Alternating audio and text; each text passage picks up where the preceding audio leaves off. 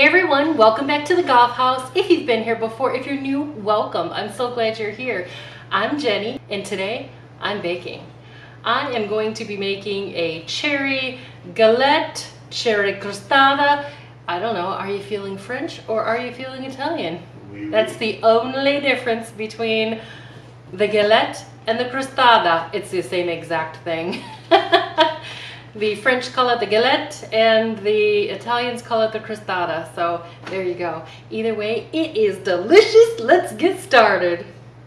All right, pie crust, 2 cups of all-purpose flour, 1 tablespoon of granulated sugar, half a teaspoon of salt. I'm gonna mix this together.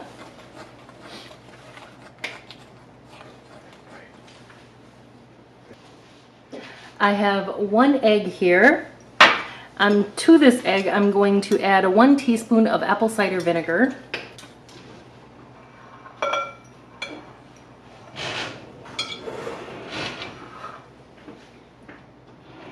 There is my vinegar.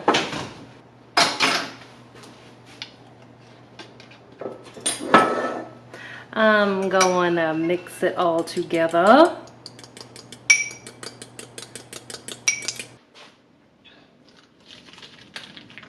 I have 1/2 cup of cold butter, which is 1 stick, and I just cut it into squares. Put that in there.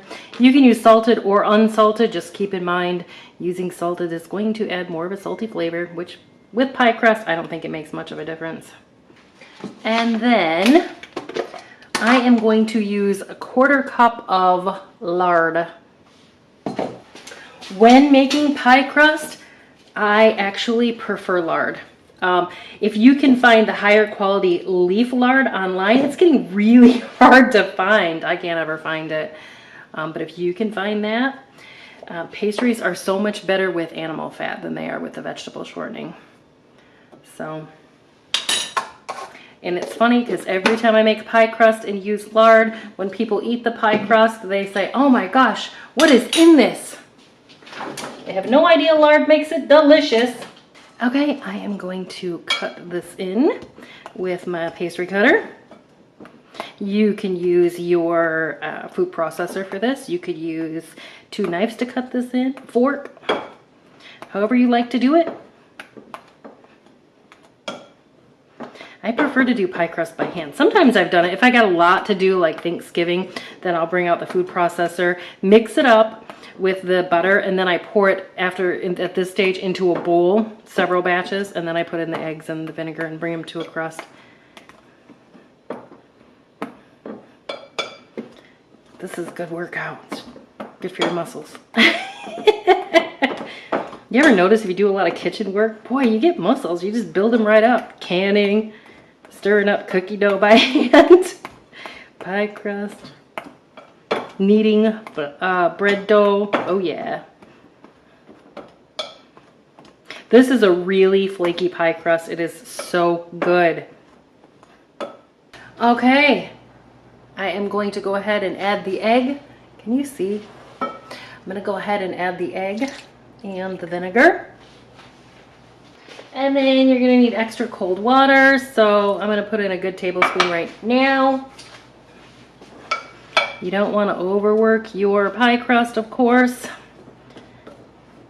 But what I don't like is when it's super dry and crumbly and you could hardly hold it together in a disc. Yeah, I don't like that either. So, 2nd tablespoon.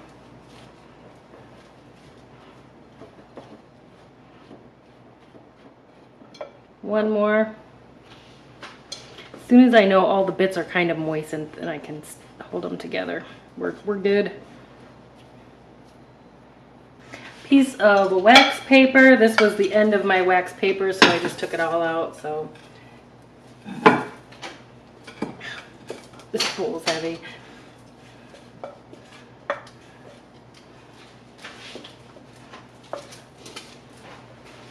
You can do plastic wrap as well.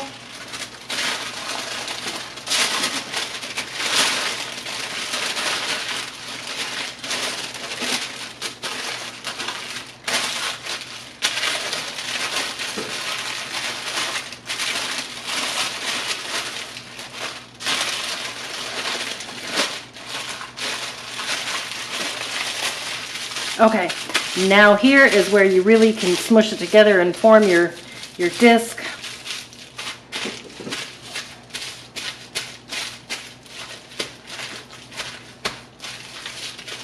I'm going to go ahead and put this in the refrigerator 30 minutes while we start our pie filling. All right, folks, just like many other home cooks, sometimes I have a tough time keeping measurements. When I'm canning, I'm way better about it than when I'm just making a dessert or something for my family. I have 2 quarts of leftover cherries. Probably enough to do another jam, but I didn't want to. I really wanted to make a dessert. So here we go. Not enough to make pie, you know, a bunch of pie filling, so I am just going to make pie filling for my dessert. I'm going to go ahead and turn this on, get it going. I, at this point, have no idea how sweet I want this, as these are sweet cherries. So here's my sugar jug, probably almost empty. I am going to go ahead and put in, that was probably half a cup. I'm going to check it. I'm going to let this half a cup go. I'm going to cook these down for a little bit. So here's the thing. Cherries do expel a lot of water. Just like apples, just like other fruits. If I were to just put my cherries into my crust this way, it's gonna emit water. Even though you can mix them with cornstarch or flour, it's still gonna emit water over that cornstarch or flour. I see it all the time. I don't like that. It makes my crust, you know, watery and goopy. So I way prefer to make an actual pie filling on my stovetop, let it cool, then when it's cool and I know it's congealed, I'm gonna go ahead and fill my pastry with that. I'm probably gonna need a little bit more sugar than this. I'm gonna put some in.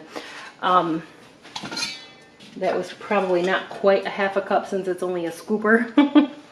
So I'm gonna put a little bit more in. Let's call that good. As soon as these are cooked, I'm going to taste it. When they are hot and I am ready, I will add a thickener. I'm probably going to use cornstarch to this since I'm not canning it. Otherwise, you can use your clear gel. Clear gel works great for pie filling. ThermFlow is more for something with a lower acidity level in pressure canning, so I probably wouldn't use that for this. But you can purchase Ultra Gel, which I absolutely love, and I'm out of it. Ultra Gel is a good thickener.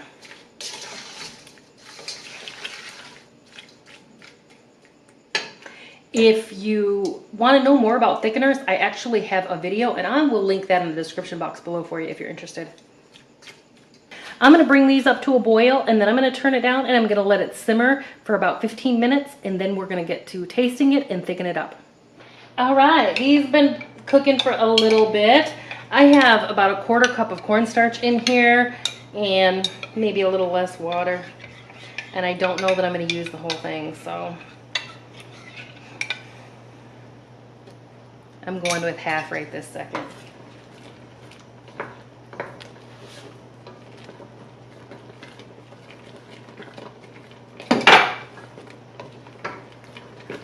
And I think half was good.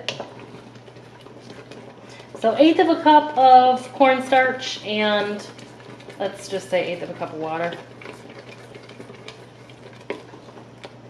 Okay, I'm going to turn this off. And I am going to add in almond extract. You don't have to put almond extract.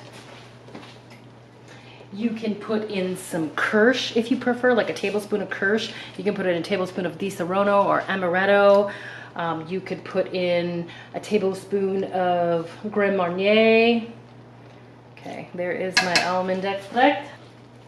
And I'm going to taste it again to make sure it's sweet enough. I did taste it and I thought, well, I think it's sweet enough. I don't like them overly sweet. But I'm using the full teaspoon of almond extract in this.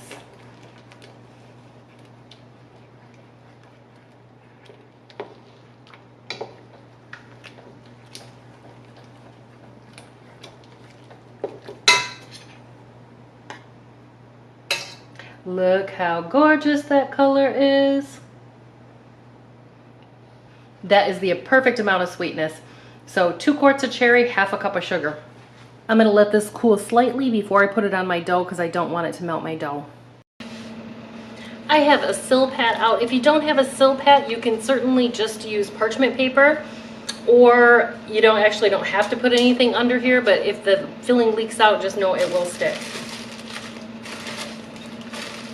have my pie crust. This is a double crust. Keep that in mind. This will make 2. That amount of cherries will probably make 2. I'm only making 1. So I'm going to put half of this into a plastic bag and put it into the deep freeze. I will use it for something. I have my flour out here.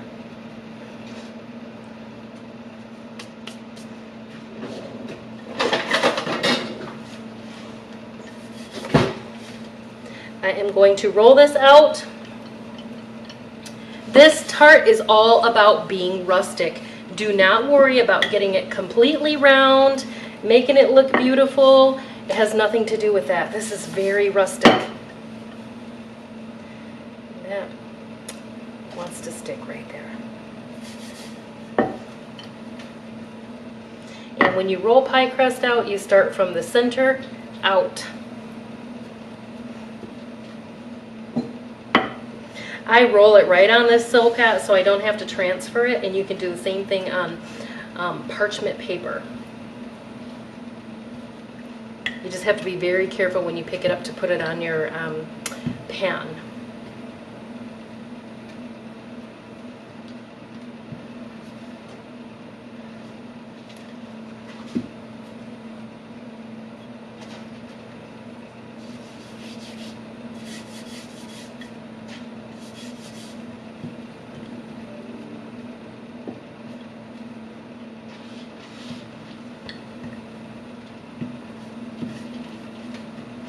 All right, I am going to kind of peel a little bit of that flour away. Leave that behind on my counter. I'm going to move it to my pan.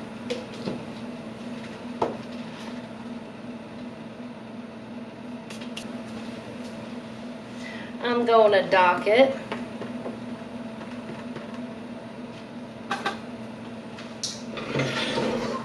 And then I'm going to put some of my cherry filling in.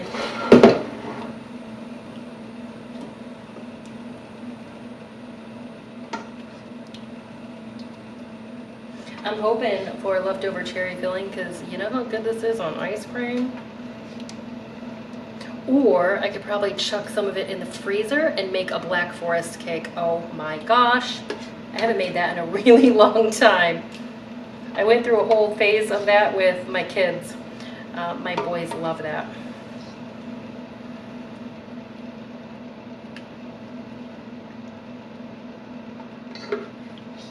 And I think that would probably be just enough left over for the Black Forest cake. Okay, you want to leave an edge.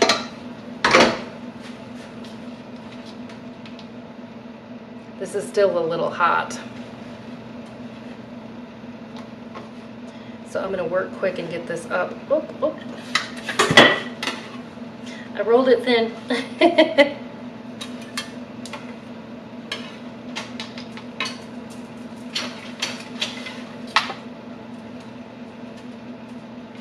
Okay. So there we've got that. 1 beaten egg.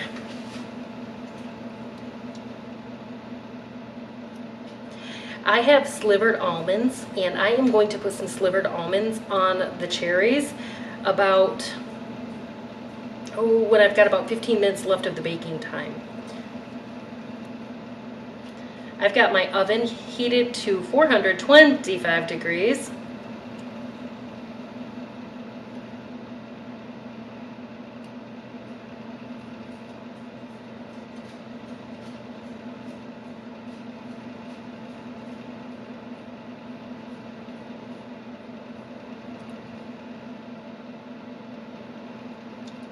You can also use refrigerated pie crust for this if you don't like to make pie crust. People are either make their own or they don't like to, so it is completely up to you. I have some turbinado sugar. I am going to sprinkle the pie crust on the edge with it to add even more sweetness to the pie crust.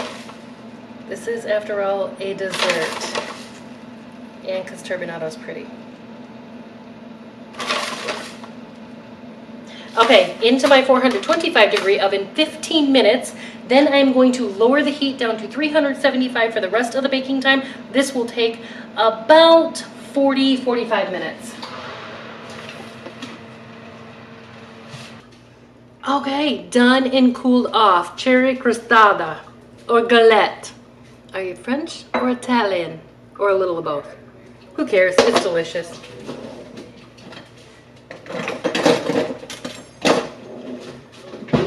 Actually, I don't want to use that. You can cut this with a pizza cutter if you're going to serve it all right now, but I am just going to use this pine cutter because I realize my husband is outside.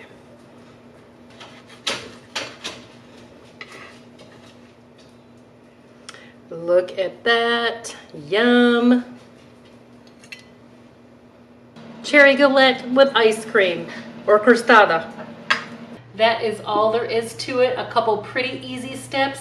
It's beautiful, it's delicious, and you can make changes. You can add the frangipan and almonds. You can add cream. You can mix cream cheese with an egg, a vanilla, a little bit of powdered sugar, and put that in the bottom, and then put your cherries on, and then that turns it almost Danish-like with the cheese Danish. There are so many different alterations you can make to this. You can stir in a little Grand Marnier, a little amaretto, whatever you like, Kirsch, Di Serono, whatever you like, whatever you want to add in there. There's so many different things, so many different ways you can make this. Serve it with vanilla ice cream on top, whipped cream, homemade whipped cream, a bourbon whipped cream, an amaretto whipped cream, whatever you like. Anyway, folks, if you enjoyed the video, please give it a thumbs up. If you haven't subscribed yet, please subscribe. It really helps me out a lot, and I sure do appreciate your support. Also, you can find me on Instagram at Jeni Gough 18. I'm also on Facebook, and you can visit my blog for all of my recipes. My pie crust is already listed on my website, and I guess I can put what I did for the cherries on there. I guess it was kind of like a no recipe. I tend to do that, just kind of throw stuff in and go. And I just want to say that canning is life, but baking is love. Thanks for watching. I'll see you next time.